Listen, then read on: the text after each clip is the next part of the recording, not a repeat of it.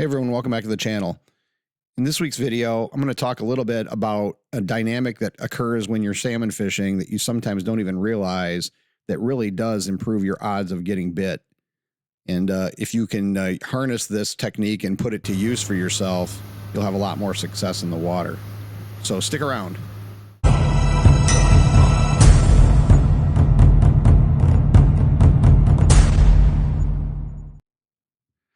So this phenomenon that I want to talk about is something that you may have noticed yourself if you've done a lot of salmon fishing on the lakes. In fact, some of you may have already put this knowledge to use. And for me, I'm just starting to do so. When you're out there trolling on the big lakes for salmon, as many of you know, a half an hour or 45 minutes during the prime times of the day can seem like an eternity because, you've got maybe a few hours in the beginning of the day and a few hours at the end of the day where your odds of catching a fish are significantly increased.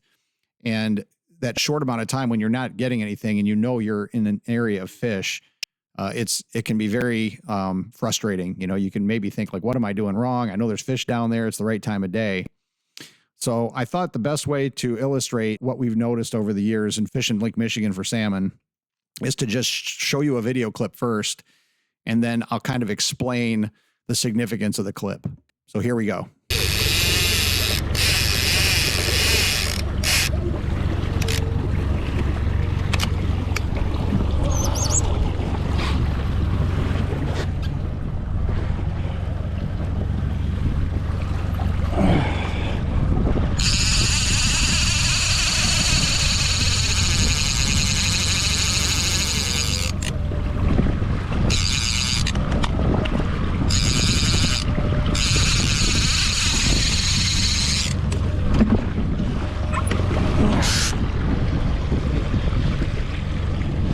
So I had been fishing for a good 10 or 15 minutes with no hits. And as soon as I started pulling up baits to reactivate them, I got a hit. Now you may think that was a coincidence, but I'm going to show you another clip where a similar dynamic took place.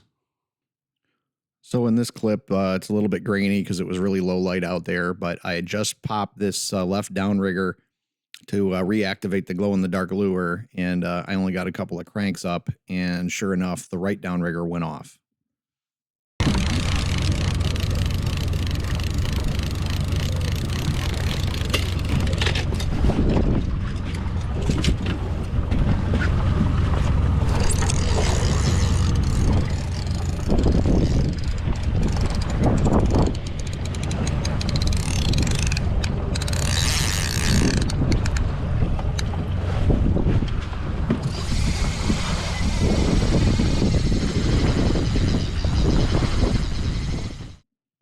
And if that still doesn't convince you, here's yet a third clip with a similar dynamic.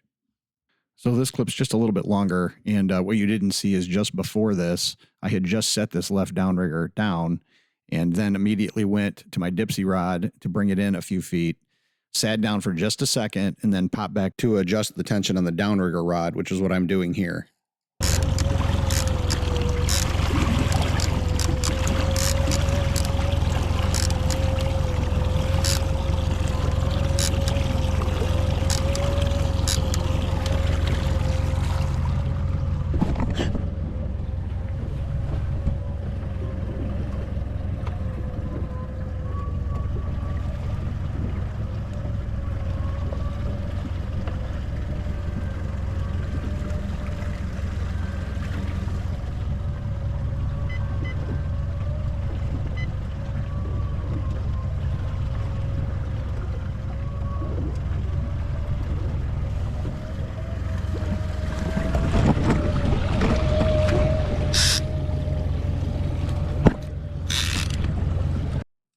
So all told, 3 of the 4 fish that I hooked up with on this trip came at a point where I was either setting lines, retrieving lines, or making line adjustments.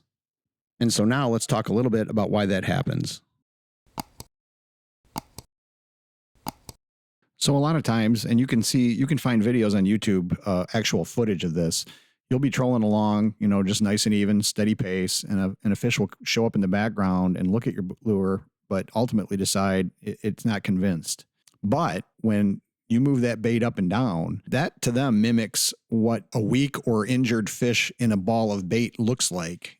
They don't swim normally, they swim erratically, and it's easier prey for a fish like that. So sometimes that additional action, that vertical action, when that lure's fluttering up or down due to you either, bringing it up or just having let it down, or just as I was doing in the one clip, just kind of messing with the tension and kind of bumping it and making it, jitter and jerk a little bit. It gives it flash. It makes it easier to see in their peripheral vision. And it just helps convince them that this is real bait and not something else. And so now the last thing I want to talk about is why this is particularly important in the very early morning hours or late evening hours. In a previous video, I talked about the rod cells and cone cells in fish and how they perceive light under the water. And in that video, I talk a little bit about why the rod cells are very important in the early morning and late evening hours when the conditions under the water are very dark. And I'll drop a link to that video in the description. So in this video, let's just focus on what a fish might see under the water during the day.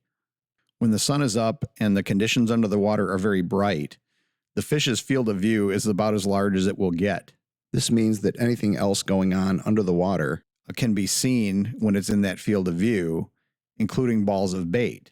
As fishermen, this is often what we're looking for when we're trolling for fish, because we know that predator fish are going to be in the vicinity of bait fish most of the time. However, this creates competition for your presentation. And because the fish can see natural bait moving, it's much less likely to be convinced by your spoon or other artificial bait. So now let's consider what happens under darker lighting conditions. In these dark lighting conditions, there's less competition for your bait. And so this makes glow-in-the-dark lures very important this time of the day. And speaking of the importance of glow-in-the-dark baits, I want to quickly show you the Glocast canister that you've seen me using in this video by Fizmo. A small mount is included in the box to allow for easy setup and removal each time you use it, and it's easily powered by a standard USB port. When I'm done using it, I can just unplug it from the USB and lift the canister off the mount for easy storage. When I was ready to recharge, I'd pop the lures from the downriggers and drop them in the canister. And with just 5 seconds for activation, by the time I got the cannonballs back up, they were ready to go again. 3 tabs at the top allow you to hang multiple baits at once, so they're ready to go when you are.